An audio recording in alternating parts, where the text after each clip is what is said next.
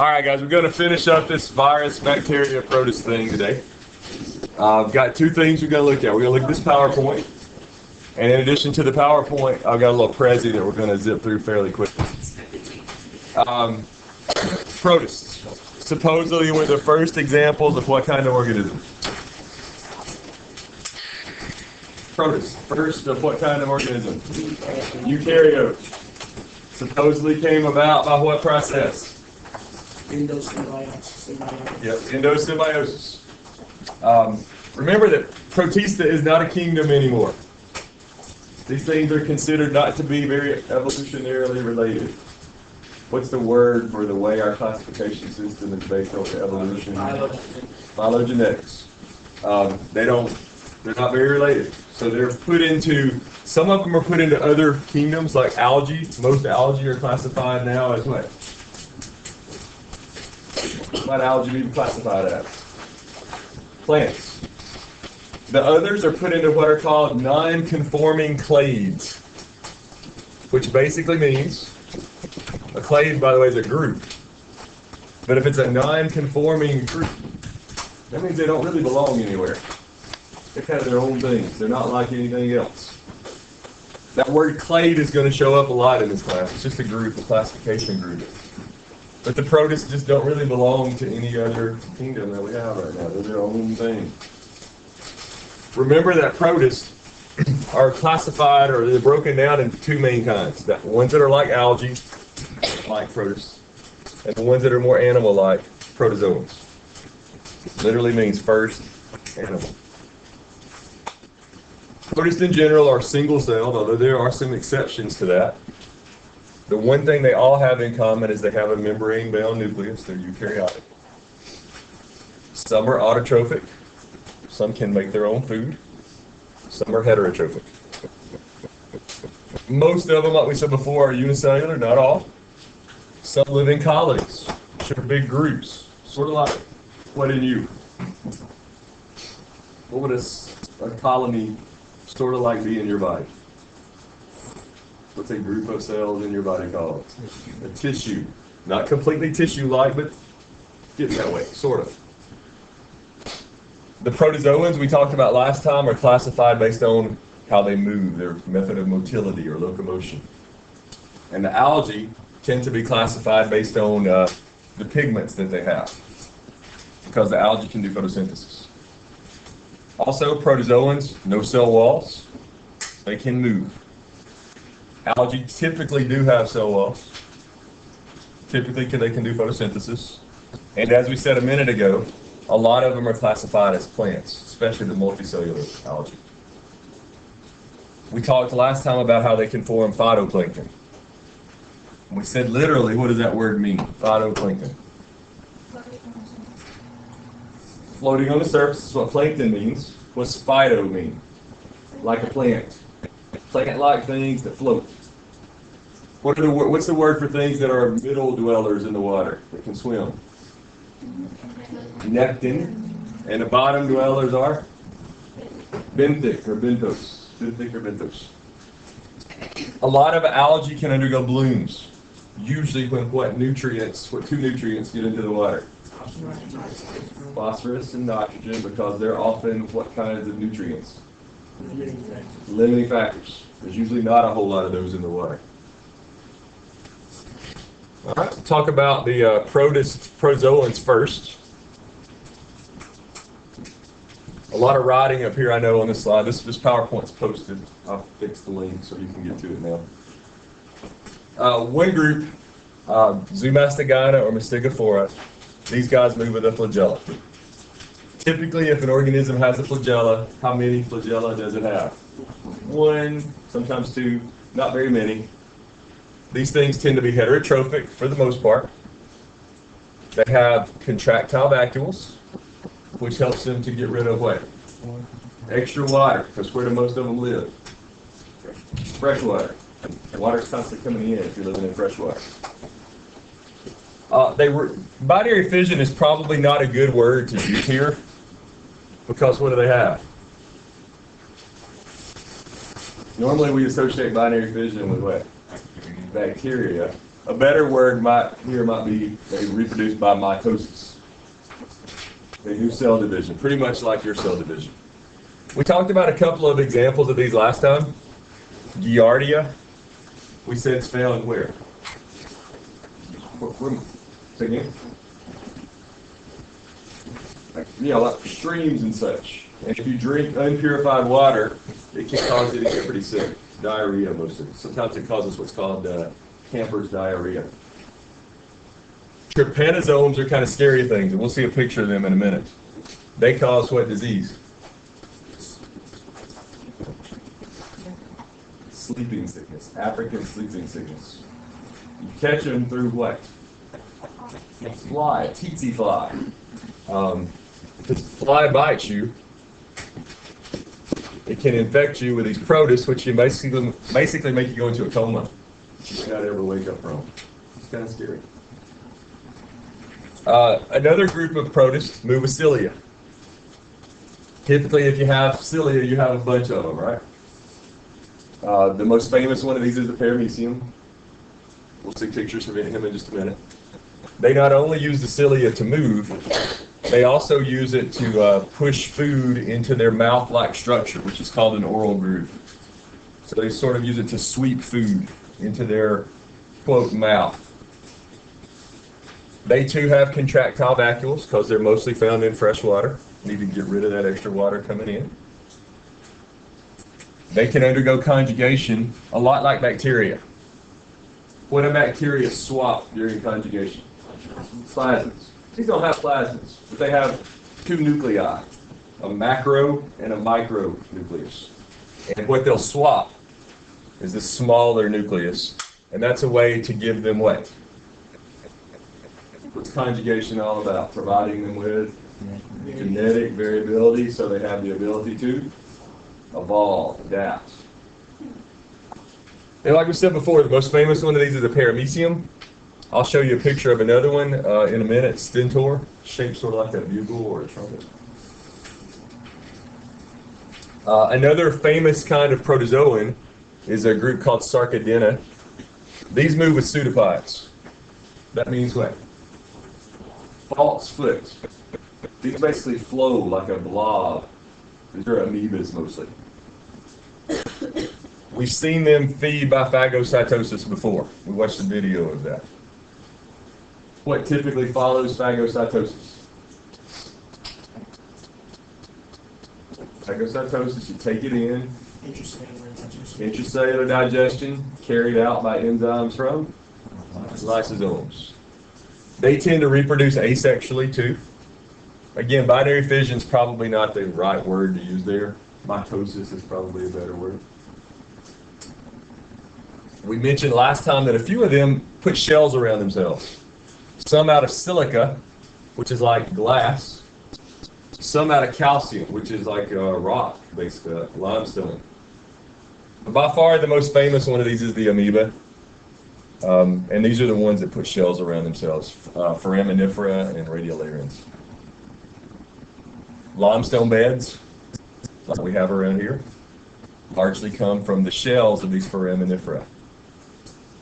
Green, typically. So this area used to be the ocean. And dysentery, which somebody mentioned a minute ago, I think it was Kari, tends to be caused by amoebas in water that's not sterilized. You've got to be careful about drinking that unsterilized water. And then the other class we want to mention is sporozoa. These tend not to move on their own because they've evolved to be what? You're an animal-like organism. Why would you not need to move? You've evolved to be a parasite. They've evolved to live in or own something and live off of it. They're thought to be the most advanced in terms of evolution because they've co-evolved with their host. What's co-evolve mean? They evolved together. They evolved to live on that host. For example, the most famous one of these is a thing called Plasmodium. This causes one of the diseases that has killed more people than anything in the world. One of the top killers. That's malaria. These things have evolved to live in two hosts, right? What's the first host? A mosquito. We don't hurt the mosquitoes. But they've evolved to live in what part of the mosquito? The stinger thing. Yeah, I know what you're saying. Close. They live in the salivary glands of a mosquito. When a mosquito bites you, what's the first thing it does? Before that, it spits on you. Okay? And its saliva are a couple things. One is an anticoagulant. What does that mean? It makes your blood not clot. And also they hit you with like painkillers, so you don't feel it. And then they suck your blood. So they're drugging you, literally. Those mosquitoes are drugging you before they suck your blood. Do I know? Well, most of the time that's an allergic reaction to those chemicals that they inject into you.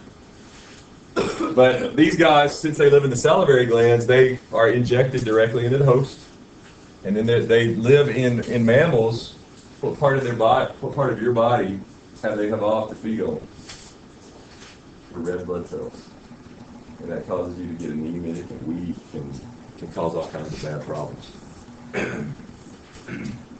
I think that's all I'm going to say about them for right now. Let's talk a little bit about algae for a minute.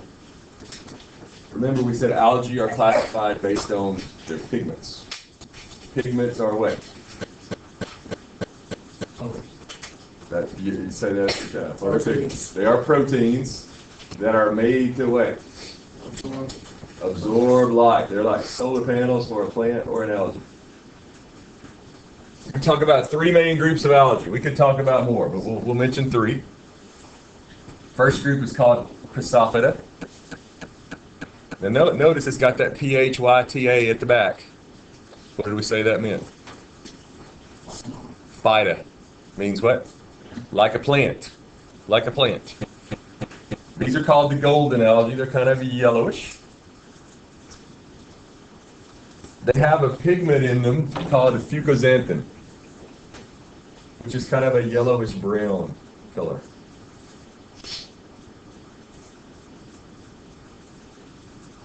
Notice what this says. They are the major producers of food for all marine organisms, which means they're where on the food chain? They're at the bottom. They're the producers. First level of most food chains, or trophic levels. Mostly they're going to make up plankton, phytoplankton, plant-like plankton. They have cell walls. Their cell walls are made of pectin. What's pectin? Your mom might have this at home.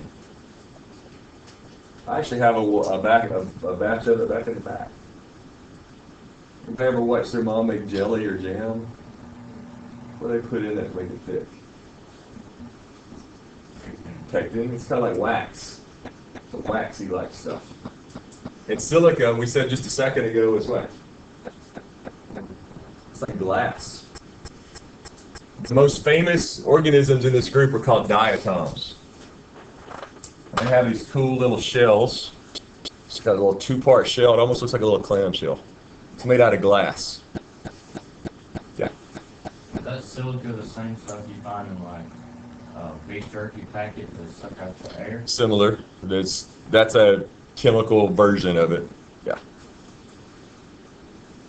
I'll show you some pictures of diatoms in a minute, but they're by far the most important member of this group. Bottom of the food chain in most oceans. Do a lot of photosynthesis. Another cool group, you can tell by the name, Pyrophyta. What does that literally mean? Pyrophyta. Fire plants. That's what it really literally means. Sometimes they're called fire algae. They tend to be single-celled organisms. They do photosynthesis. They too are pretty important in the food chain, in the oceans, marine food chains. Not all of them have cell walls, but the ones that do, it's usually made out of cellulose. Same as what? What else has Cell wall is made of cellulose. Jake? What'd you say? You answered my question. What has cell walls made out of plants? Or cellulose. Normal plants, didn't you? I said that. Oh, you said it, okay. Normal plants. Thank you, sorry. I'll give you credit. A lot of these things can do bioluminescence, which is pretty cool. What is bioluminescence? Is that the plant that glow? They glow. They make their own light, sort of like a jellyfish. Like a cube or something like that? Yes, kind of. So it depends on the color. A lot of times it's kind of reddish. Pretty common down around Gulf Shores. These things are. If you go out at night in a boat, not too far off the beach, the water can start to glow, and it's because of these things. Now, there are certain ones of these things called dinoflagellates, which are not all that nice. These guys can cause what are called red tides. They actually cause the oceans to turn red. Because that's an example of what do we call it when algae grow out of control? Algal bloom. Algal bloom. They go through an algal bloom, except this time it's a red bloom instead of the normal green one. But it turns out these things are poisonous, really poisonous. And if fish eat them, when you see these algal blooms, a lot of times you'll just see fish floating all over the water because they're toxic.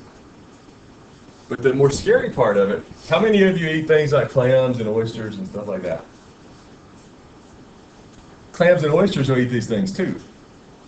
The poison typically doesn't kill them though. They store it. It accumulates in their bodies. Just a few of these algae don't contain a whole lot of poison. Right? They're single-celled organisms. But how many one-celled organisms might a clam eat? A bunch. So what happens to the amount of poison in that clam or oyster compared to the amount of poison in a single algae?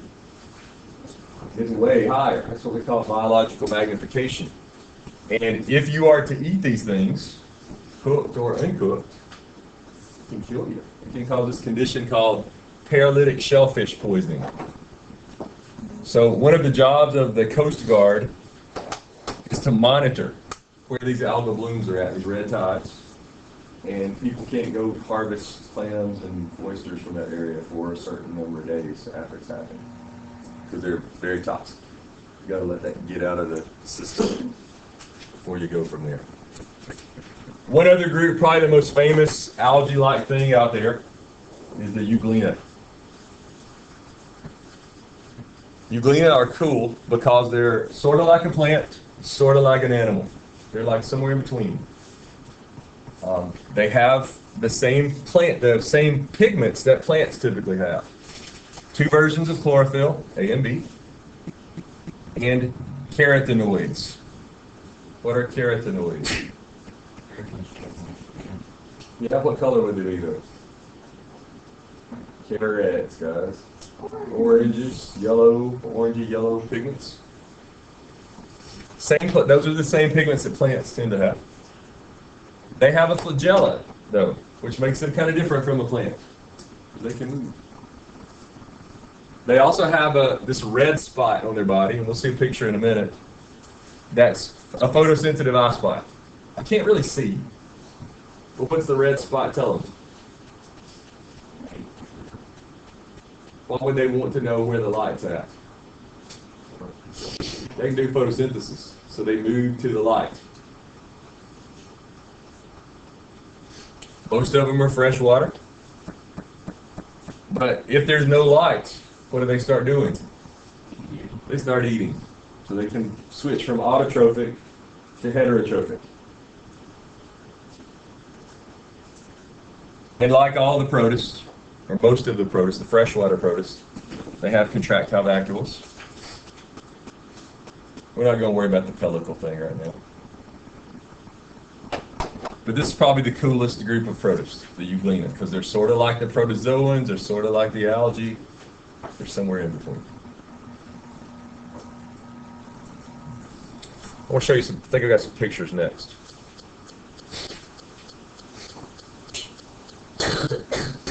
Talked about diatoms. We said they were in that golden algae group, Chrysophyta. These are the diatoms. These shells are silica, glassy-like shells. These are the main producers in the oceans. Make most of the food in the world, actually. These little things right here, single-celled algae. This is a dinoflagellate. And we said this guy is the one that causes what? Which specific algal bloom? The red tide. These are the ones that can kill things. I don't know if crimson tide came from that or not. Roll tide, crimson tide. It may have come from this. This is pretty common in Gulf shores. Not sure if that's the association or not. My guess is it probably is, but I'm not sure. Here's a euglena. Notice the flagella. Right up in here. You may not be able to see it from the color, but that's a little red eye spot right in there. It's green, so it's got chlorophyll. Here's a contractile vacuole to help it get rid of extra water. Notice it's a eukaryote, so it has a nuclear envelope. It's got a nucleolus in the middle. Got a lot of other organelles, just like you would. So it's a sort of part plant, part animal. What's the purpose of the short flagellum? Say again, Neil? What's the purpose of the short flagellum? Short flagellum. Where at?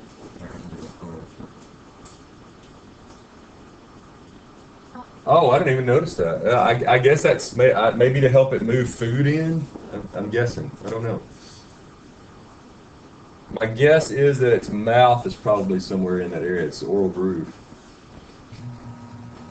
But I'm not sure. I've never noticed that before. Good question. Here's an amoeba. Remember, amoebas can change their shape. They float. So these extensions of their cytoplasm are called what? What they flow towards. Pseudopods, or false feet. They're eukaryotic, just like you are. They have a membrane-bound nucleus. They have mitochondria. These are all little vacuoles. And what's going to happen to the material in those vacuoles pretty soon? Intracellular digestion. Which means somewhere in there, although it's not labeled, there ought to be what? Organelle. Lysosomes. And what disease did we say amoebas can cause? Dysentery. Can make you pretty sick. This is a foraminifera. What's that shell look like? Sand dollar. Sort of looks like a sand dollar. What's the sand dollar shell mostly made out of? Diacon. Calcium carbonate, which around here most people call what? Limestone. That's what Limestone County is made out of. It's what a big part of Montesano Mountain is made out of. Limestone shells from these things. This is a radiolarian. Yeah. And that's a glassy-like shell. It's pretty cool looking. Yeah. Kind of looks like a robot from the future or something. Or a Gutenberg. Gutenberg, yeah.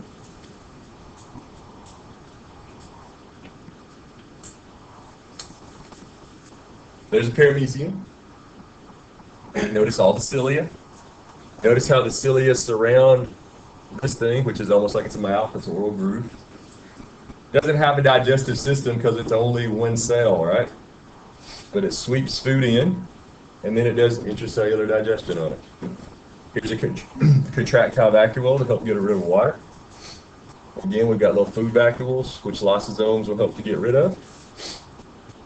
And remember, it has two nuclei, a little bitty micronucleus and a bigger macronucleus. And what did we say can happen to the micronucleus? It can be swapped during conjugation.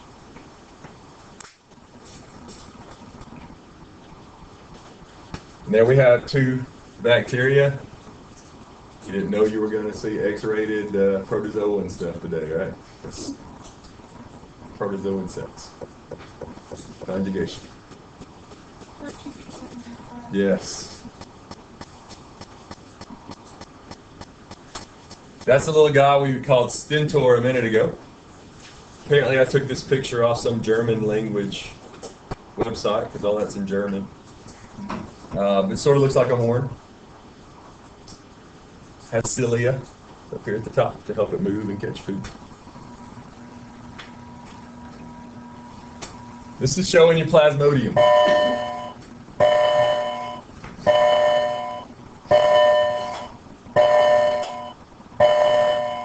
Which we said is the thing that causes what disease? Malaria. And you can see that the protist has evolved in what is called its sporozoic form, which is like a larval form, a larva, to live in its salivary glands. Mosquito bites you. It injects the protist along with other things into your body. They swim in, they get in your liver, they burst out of your liver, they get into your red blood cells, they eat and destroy those, and that makes you really, really sick. Take a while. Not very long. A week maybe less. Doesn't take long for you to get really sick.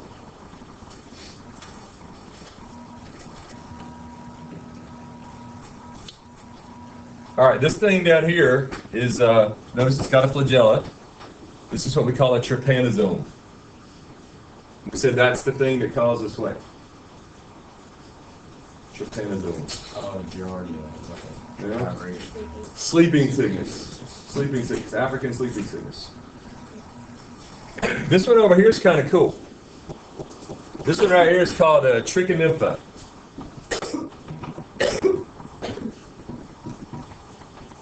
This one is found in the guts of termites.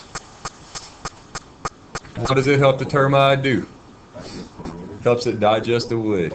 Without these guys, termites can't digest wood. We'll do a live here before long where we take a termite, a live one, pull it apart, squish its guts, look at it under a microscope. You'll be able to see those things swimming all over the place. Pretty cool. That's a mutualistic relationship.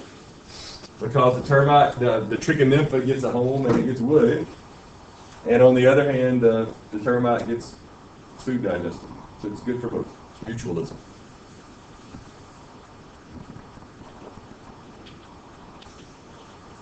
All right, I'm going to switch over to a little Prezi here for a second. And we'll finish this up.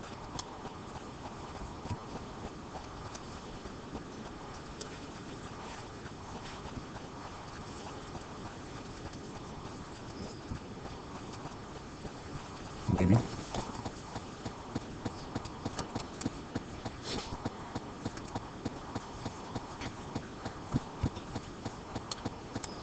I'm just going to log out.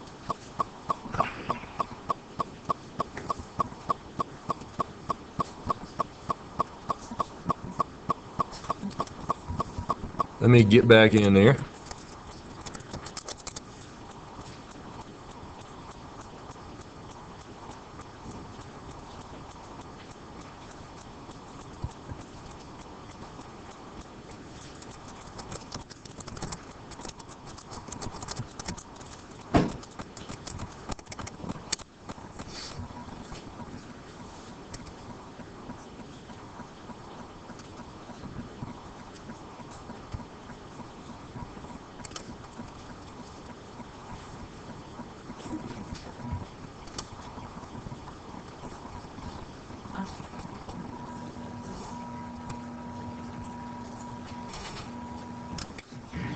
All right, here we go.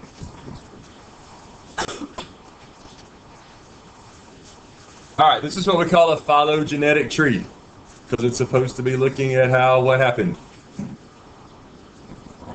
of evolution. So supposedly, first living thing was down here somewhere, and some kind of single-celled bacteria-like thing, right? And that split off, and it's, according to this, of the things that are alive today, what came first? Which one branched off the chain first? Eubacteria, which are normal bacteria, right? A little while later, archaea branched off. And then came the first eukaryotes, which are protists. And notice, what is this trying to tell you about protists? The way that's drawn, what is that trying to show you? What branched off of the protists? Everything. Everything else. Plants, animals, fungi. Supposedly came from protists. But realize that protists are supposedly the first eukaryotes. Can be mostly unicellular, but there are a few multicellular ones.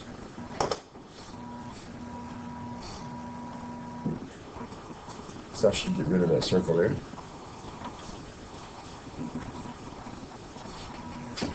So they're eukaryotic, most of the time unicellular. Some are heterotrophic, some are autotrophic. What does that mean? All are complex generalists. What do you have that they don't?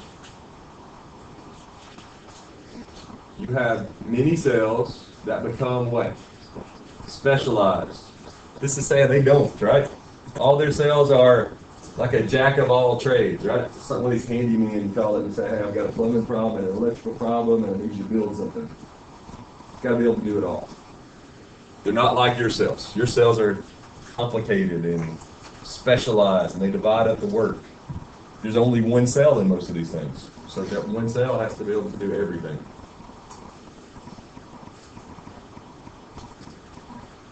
Said before, they're thought to be the first eukaryotic organisms, and therefore the descendants of plants, animals, and fungi.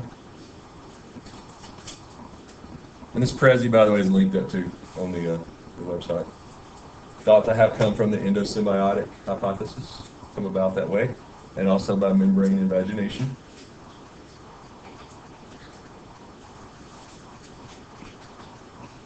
Through that. If y'all don't know that by now, you've got some problems. That's showing you endosymbiosis.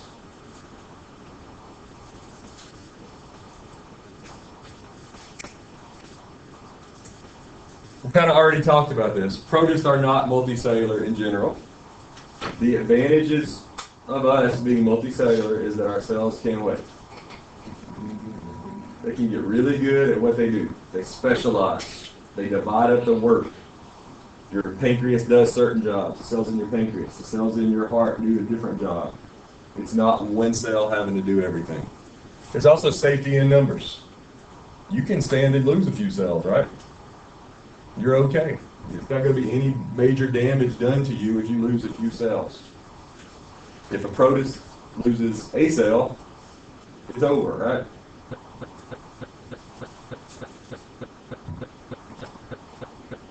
Like we said before, it's no longer considered a kingdom protistend. The members are put into either other kingdoms, like the plant kingdom, or in non-conforming clades, non-conforming groups that just don't fit anywhere.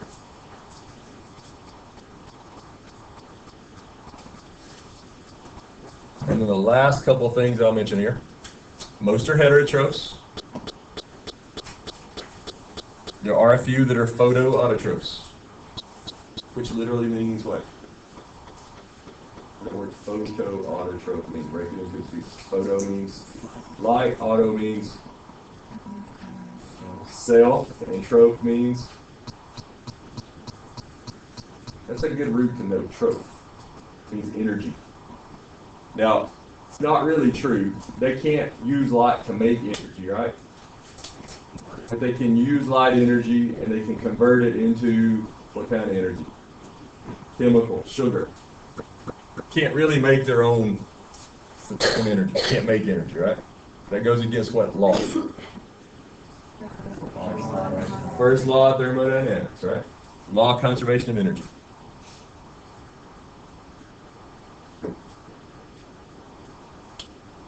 There are a few like the euglena, which are sometimes called mixotrophs. That's a word you may not have seen before. It means they can switch back and forth. Heterotroph, autotroph. They're the switch hitters of the protist world.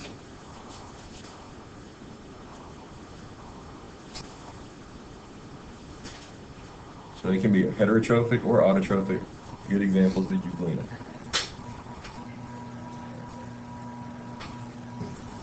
There's our euglena. We already looked at a picture of him before.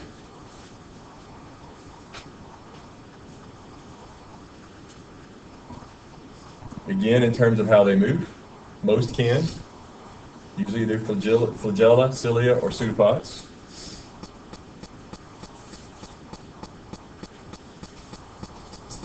A lot of scientists think that the flagella in a eukaryote is pretty different. It's made in a different way than the one in a bacteria.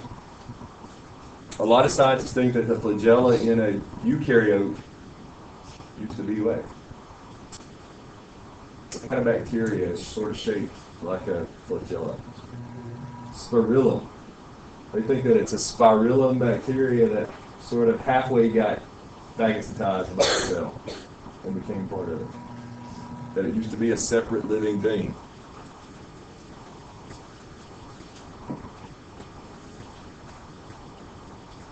Reproduction, most of the time it's asexually, but there's some kind of sexual reproduction as well. Conjugation is usually what we call it. Remember the benefit of asexual reproduction is it's fast. The downside of it is there's no way. No variation and therefore little ability to evolve. Alright, let's see. There's one video I want to show you.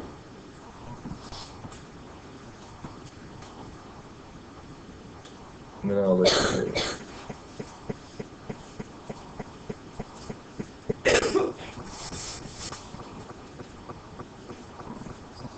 Don't need to worry about all this stuff I'm flipping through right now. Most of it we've covered on the other slides. There's that trypanosome again. These are red blood cells, so they get into your bloodstream.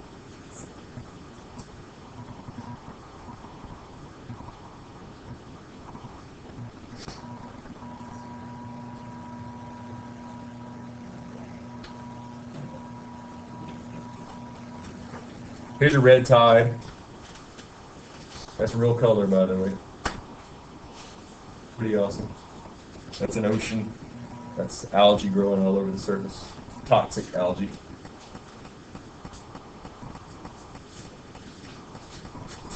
There's the plasmodium, the one that causes malaria.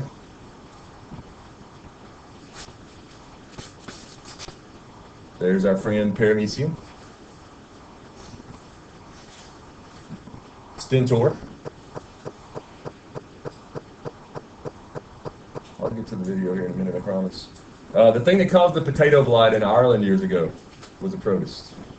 That's why a lot of Irish people live in America today, right? They're starving. Came here to get some food.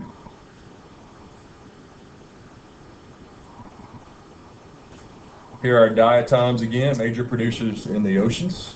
Notice they come in all kinds of cool shapes and sizes. Those are all real pictures, by the way.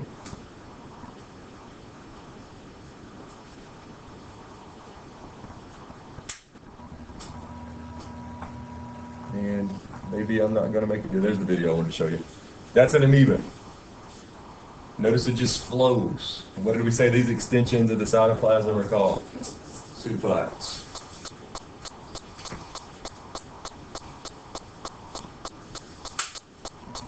And that's where we'll stop. We are now finished with protists, which means next